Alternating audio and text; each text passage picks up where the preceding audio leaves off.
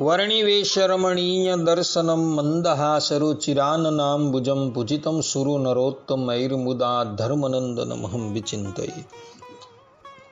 असतो मा षड्गमय तमसो मा ज्योतिर्गमय मृत्युर्मा अमृतं गमयः।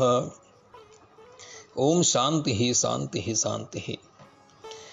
આજની જ્ઞાન સભાની અંદર પધારનારા બધા જ ભગવદ્ ભક્તોને વેદાંતાચાર્ય પુરાણ ઇતિહાસ આચાર્ય અને ફિલોસોફી શાસ્ત્રી રાકેશભાઈના હિતપૂર્વક જય સ્વામિનારાયણ.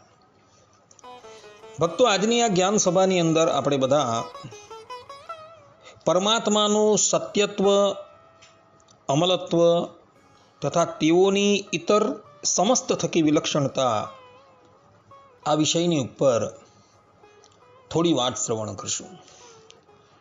તો બધા જ શ્રોતાગણો આ પ્રવચન જે છે એક એકાગ્ર મને કરીને શ્રવણ કરે અને એને આત્મસાત કરી દે. તો સર્વપ્રથમ આપણે બધા પરમાત્માનું સત્યત્વ અને અમલત્વ જે છે એ શ્રવણ કરીએ. સત્યત્વ એટલે શું અને અમલત્વ એટલે શું? તો સતત એક રૂપે રહેવાપણું, ક્યારેય પણ નામાંતર કે રૂપાંતર વિકારને યોગ્ય ન થવાપણું, એને સત્યત્વ કહેવામાં આવે છે. અને સદાય સમસ્ત વિરોધી દોષે રહિતપણું એ અમલત્વ કહેવામાં આવે છે. પરબ્રહ્મ પરમાત્મા જે છે એ સદા એક રૂપે રહે છે. એટલે જ માટે શ્રુતિ ભગવદી જે છે એને સત્યમ જ્ઞાનમ અનંતમ બ્રહ્મ આ પ્રમાણે કહે. સદૈવ સૌમ્યદમગ્રાસિત એકમેવા દ્વિતીયમ આ પ્રમાણે કહે. પરબ્રહ્મ પરમાત્મા જે છે એ પોતાના ચિત અચિત દ્વારા અર્થાત કે શરીર દ્વારા જગત રૂપે પરિણામ પામવા છતાં પણ પરબ્રહ્મ પરમાત્મા જે છે એ સદાને માટે એક રૂપે જ રહે છે. કારણ કે પરિણામ જે છે એ પરમાત્માના શરીર એવા ચિત અને અચિત અર્થાત કે જીવ અને પ્રકૃતિની અંદર થાય છે. પરમાત્માની અંદર કોઈ પણ જાતનો વિકાર થતો નથી. અને એટલે માટે પરમાત્માને સત્ય તરીકે શ્રુતિ ભગવદી જે છે એ નિરૂપે છે. પરબ્રહ્મ પરમાત્મા જગત રૂપે પરિણામ પામે છે. એ જળ અને ચેતનની અંદર રહેલા છે, છતાં પણ એ જળ અને ચેતનના કોઈ પણ જાતના દોષ જે છે એ પરબ્રહ્મ પરમાત્માને સ્પર્શ કરી શકતા નથી. એટલે માટે શાસ્ત્રકારો જે છે એ પરમાત્માને અમલત્વ તરીકે પ્રતિપાદન કરે છે.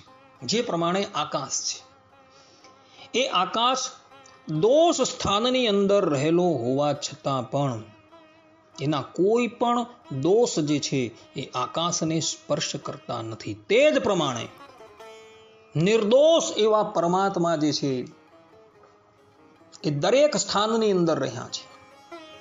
વિષ્ઠાની અંદર પણ એ પરબ્રહ્મ પરમાત્મા રહ્યા છે, છતાં પણ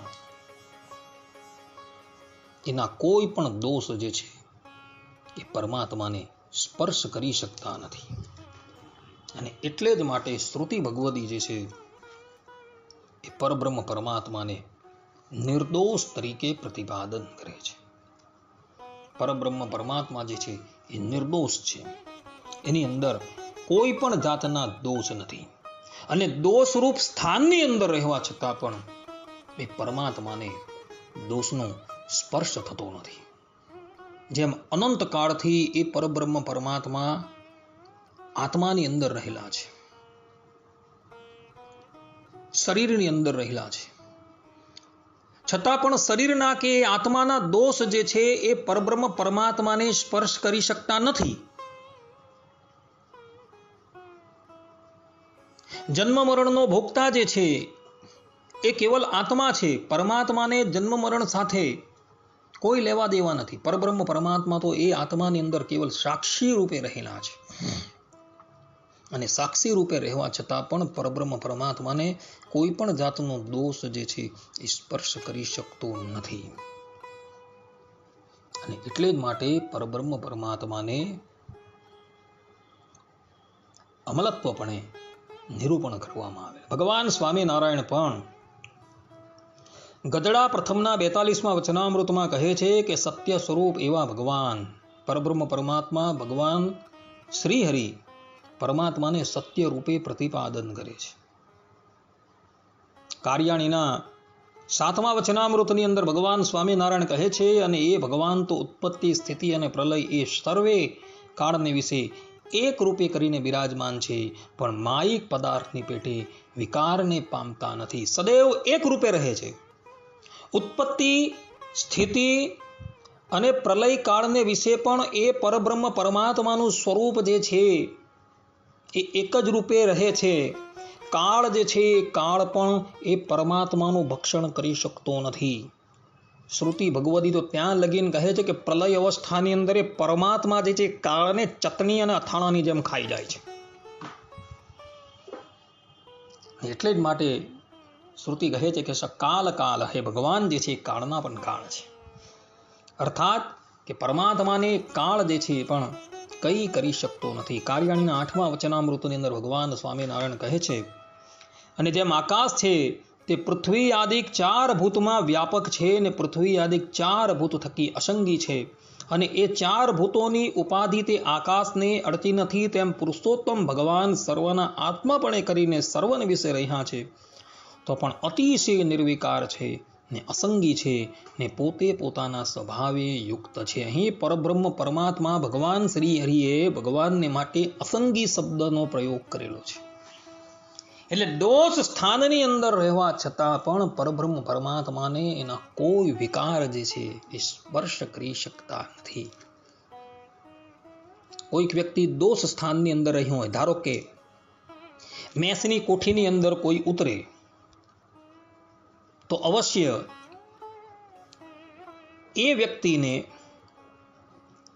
કિંચિત મેસનો સ્પર્શ તો થઈ જ જાય, અને એને લઈને એના શરીરની ઉપર કંઈક તો ડાઘ આવી જાય. જ્યારે પરબ્રહ્મ પરમાત્મા જે છે એ પેલી મેસની કોઠીની અંદર પણ રહ્યા છે, છતાં પણ એ મેસના દોષથી રહિત છે. તે જ પ્રમાણે અનંત કોટી બ્રહ્માંડના અધિપતિ પરબ્રહ્મ પરમાત્મા જીવાત્માના અંતરાત્મા પણ રહ્યા છે, છતાં પણ પરબ્રહ્મ પરમાત્માને એ જીવાત્માના કોઈ પણ દોષ જે છે એ સ્પર્શ કરી શકતા નથી.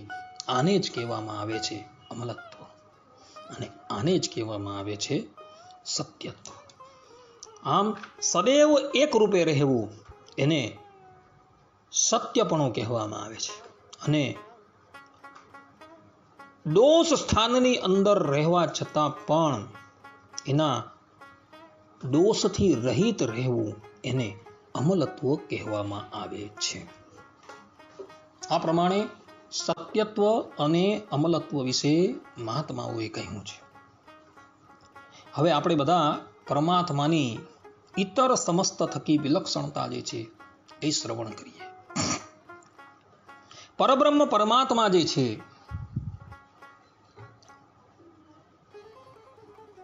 એવો બદ્ધ જીવ, મુક્ત જીવ, નિત્ય જીવ અને પ્રકૃતિ એ બધાથી જ વિલક્ષણ છે. બદ્ધ જીવ જે છે એ તો માયાની અંદર બદ્ધ છે.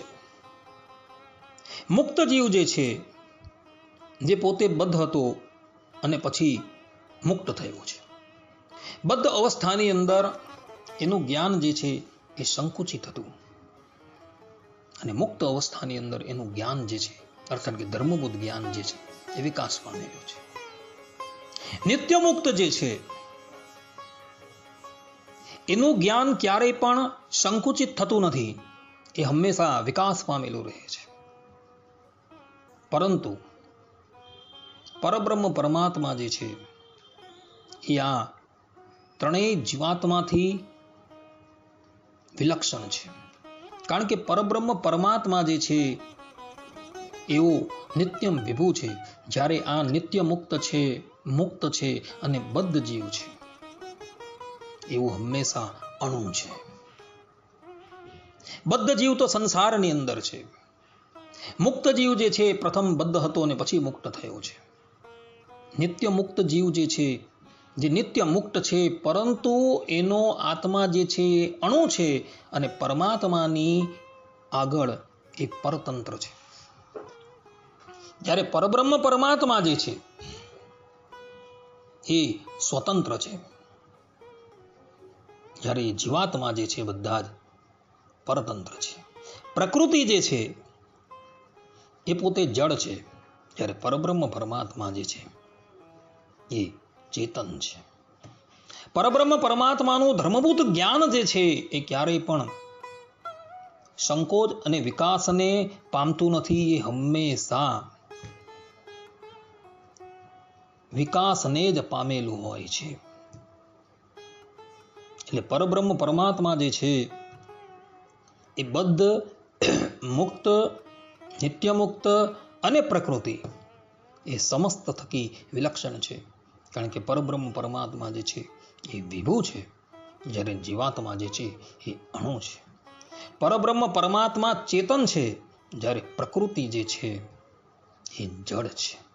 આ પ્રમાણે પરબ્રહ્મ પરમાત્માની ઇતર સમસ્ત થકી વિલક્ષણતા પ્રતિપાદન કરેલી છે. ભગવાન સ્વામિનારાયણ પણ ગધડા પ્રથમના 62મા વચનામૃતમાં કહે છે કે ભગવાનને કાળ જેવા ન જાણે, કર્મ જેવા ન જાણે, સ્વભાવ જેવા ન જાણે, માયા જેવા ન જાણે, પુરુષ જેવા ન જાણે અને સર્વ થકી ભગવાનને જુદા જાણે. આ પ્રમાણે ભગવાન સ્વામિનારાયણ પણ પરબ્રહ્મ પરમાત્માની ઇતર સમસ્ત થકી વિલક્ષણતા પ્રતિપાદન કરે છે. ગધડા પ્રથમના 64મા વચનામૃતમાં ભગવાન સ્વામિનારાયણ કહે છે, અને વસ્તુતાએ તો રૂપવાન જે દ્રશ્ય અને અરૂપ જે આત્મા એ બે થકી પુરુષોત્તમ ભગવાન જે છે એ ન્યારા છે, અર્થાત કે એવો વિલક્ષણ છે. ગધડા પ્રથમના 64મા વચનામૃતની અંદર ભગવાન સ્વામિનારાયણ આ વાત કરે છે. લોયાના 15મા વચનામૃતની અંદર ભગવાન સ્વામિનારાયણ કહે છે કે આ હું છું ને આ પુરુષ છે અને આ અક્ષર છે ને સર્વેથી વિલક્ષણ એવા આ પુરુષોત્તમ છે. અહીં પણ ભગવાન સ્વામિનારાયણે ભગવાન શ્રીમન નારાયણની ઇતર સમસ્ત થકી વિલક્ષણતા પ્રતિપાદન કરેલી છે. મધ્યના 21મા વચનામૃતમાં ભગવાન સ્વામિનારાયણ કહે છે કે એ તો એ જીવ ઈશ્વર થકી પર જે પરમેશ્વર, અર્થાત કે જીવ અને ઈશ્વર થકી પણ પર જે છે એ પરબ્રહ્મ પરમાત્મા છે. આ પ્રમાણે કહી ભગવાન સ્વામિનારાયણે ભગવાન શ્રીમન નારાયણની ઇતર સમસ્ત થકી વિલક્ષણતા જે છે એ પ્રતિપાદન કરેલી છે. ગધડા અંત્યના 37મા વચનામૃતમાં કહે છે તેમ ભગવાન સર્વ જીવને વિશે રહ્યા છે તે ભગવાનનું સ્વરૂપ બીજી રીતનું છે. એ જ વચનામૃતની અંદર ભગવાન અગાડી કહે છે કે ધામમાં ભક્ત છે તેનો આકાર પણ ભગવાનના જેવો છે, તો પણ તે પુરુષ છે અને ભગવાન જે છે એ પુરુષોત્તમ છે ને તે સર્વમાં શ્રેષ્ઠ છે. કહેવાનું તાત્પર્ય એ છે કે ધામની અંદર રહેલા જે મુક્તો જે છે, ચાહે નિત્ય મુક્ત હોય કે સાદી મુક્ત હોય, એ બધા પુરુષ છે, જ્યારે પરબ્રહ્મ પરમાત્મા જે છે એ પુરુષોત્તમ છે. આ પ્રમાણે પરબ્રહ્મ પરમાત્માની ઇતર સમસ્ત થકી વિલક્ષણતા પ્રતિપાદન કરવામાં આવેલી છે. દરેક જીવાત્માનું સ્વરૂપ જે છે એ એષઃ અણુરાત્મઃ, અર્થાત કે અણુ જેટલું છે, જ્યારે પરબ્રહ્મ પરમાત્માનું સ્વરૂપ જે છે એ વિભુ છે. એવો કોઈ દેશ, એવો કોઈ કાળ ને એવી કોઈ વસ્તુ નથી કે જ્યાં પરબ્રહ્મ પરમાત્મા ન રહ્યા હોય. પરબ્રહ્મ પરમાત્મા દરેક દેશની અંદર, દરેક કાળની અંદર, દરેક વસ્તુની અંદર રહેલા છે. પરબ્રહ્મ પરમાત્મા જે છે એ બધાથી વિલક્ષણ છે. એની સમાનતા અને એમનાથી અધિક જે છે આ જગતની અંદર કોઈ જ નથી. ન તત્સમશ્ચ વ્યધિગશ્ચ દ્રશ્યતે. આ પ્રમાણે શ્રુતિ ભગવદી જે છે એ પોતે કહે છે. પરબ્રહ્મ પરમાત્મા ગીતાની અંદર પણ કહે છે મત પરતરમ નાસ્તિ કિંચિત અષ્ટિ ધનંજય, કે મારાથી પર તત્વ જે છે આ જગતની અંદર કોઈ નથી. આ પ્રમાણે પરબ્રહ્મ પરમાત્મા જે છે એ ઇતર સમસ્ત થકી વિલક્ષણ છે. જગત કરતા કોઈ પરમેશ્વરને માનવો હોય તો એ જગત થકી વિલક્ષણ જ માનવો જોઈએ.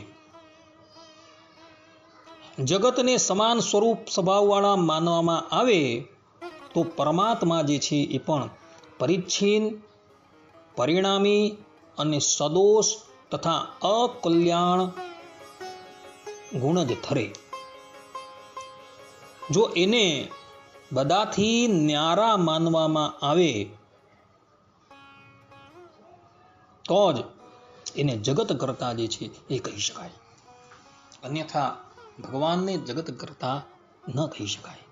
એટલે પરબ્રહ્મ પરમાત્મા જે છે એ સ્વરૂપથી, રૂપથી અને ગુણથી ઇતર સમસ્ત થકી એ વિલક્ષણ છે. એમના જેવું થવા માટે કોઈ સમર્થ છે જ નહીં. એ કેવલ ને કેવલ અદ્વિતીય સત્તા છે. કહેવાનું તાત્પર્ય ભક્તો એ જ છે કે પરમાત્મા જે છે એ બદ્ધ, મુક્ત, નિત્ય અને પ્રકૃતિ એ બધાથી વિલક્ષણ છે. આ પ્રમાણે શાસ્ત્રોની અંદર પરબ્રહ્મ પરમાત્માની ઇતર સમસ્ત થકી વિલક્ષણતા જે છે એ પ્રતિપાદન કરવામાં આવે.